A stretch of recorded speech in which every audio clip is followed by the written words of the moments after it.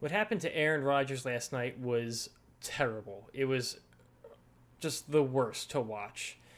It ripped my heart out. I'm sure it ripped your heart out. And I was in no mental capacity to make a video last night on the game. It was such a roller coaster. I was just sweating profusely. I needed to get to sleep. I had to get to work today, and it just wasn't the time to make a video. But I wanted to kind of see what was going on in social media, see what the radio was saying, see what the TVs were saying, and you have to move on. What can you do, right? 8 months of build up, hard knocks, and it's stripped away from us in 4 games. You can say we're a cursed franchise, and you'd have a pretty good argument. We're the only team to have a Hall of Fame 4-time MVP and Hall of Fame first ballot quarterback play 4 snaps, not throw a ball, and be injured for the whole season. I could not fathom it last night. It was just not computing. So while watching the game, having to deal with all that, and then also having to deal with the fact, or come to grips with the fact, that we're going to have Zach Wilson back for the whole year,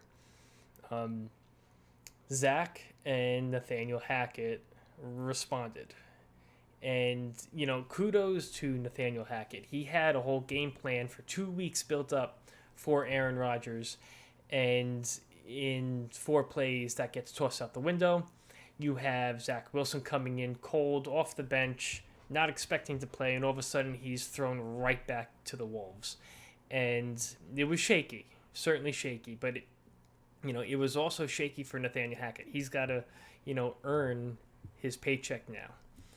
And like I said, it took a little while for him for the offensive line to get synced up, but eventually, late third quarter, fourth quarter, it started to click.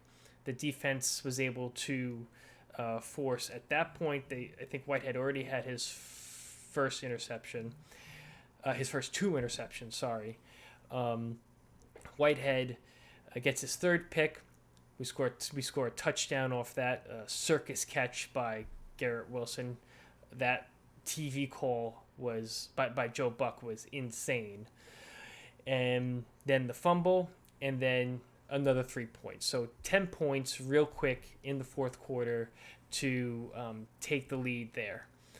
And they did play conservative, right? They, instead of putting the ball in Zach's hands under 2 minutes, they played conservative. They made Buffalo waste some of their timeouts, and they put it on the defense. And the defense couldn't stop, a field goal, a long field goal. They ended up giving up. The story of Xavier Gibson is just fairy tale, like going undrafted, getting all that attention on Hard Knocks, making the team, basically only making the team because Corey Davis retired. I mean, you could make the argument that maybe Brown Lee, who didn't dress, doesn't make the team, and maybe Xavier Gibson does. But either way, doing that in his first professional football game is unheard of. That run back was on par, if not bigger than the 2011 game, 9/11 game against the Cowboys, where they came back against the Cowboys and Revis kind of sealed it with a pick, and we won the game with a field goal in regulation. It's going to be real tough these next 5 games. We always knew that the first 6 games of the season were going to be rough, but now with Zach Wilson, it's going to be even tougher. You can only hope that Zach has learned something from Aaron.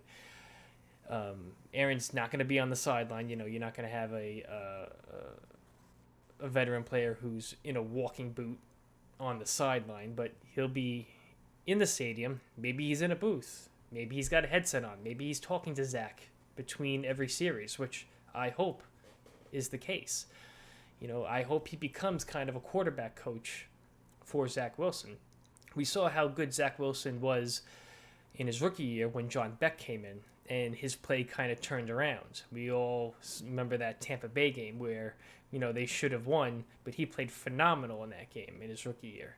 And we were all looking at that game and hoping that was going to, that Zach was going to carry over into year 2. Of course, it didn't happen. But it seems like he needs someone in his ear, someone encouraging him, someone seeing the game the way he sees the game, and hopefully Aaron can do that. And we don't have LaFleur anymore. We have Nathaniel Hackett, an actual offensive coordinator who's done this before, who knows how to call a game. So I'm optimistic with Zach. I'm hoping that Nathaniel Hackett can put together a game plan that puts Zach in the best position to win.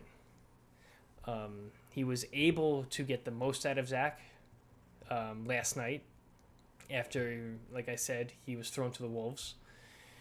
And you can only hope that that's going to continue. If Zach is not able to play better with Nathaniel Hackett, a real offensive coordinator, and Aaron Rodgers, who is going to be at practice, who is going to be in the meeting rooms, and fingers crossed, is going to be at the games with a headset on, then Zach just isn't the guy. This is his last chance. He has got to show us something. Now, who can they go out and get? Nobody noteworthy, to be honest with you. The cavalry is not coming. There's no one out there that's going to come in and replace Aaron Rodgers. There's no one that's going to come in and be able to learn Nathaniel Hackett's system, complicated system, quick enough. So I'm putting my eggs with Zach Wilson. He's been in the system all camp. He's now going to be practicing with the ones. He wasn't practicing with the ones all camp. So now he's got to get acclimated to that offensive line and those players. And it's up to him now. It's up to him.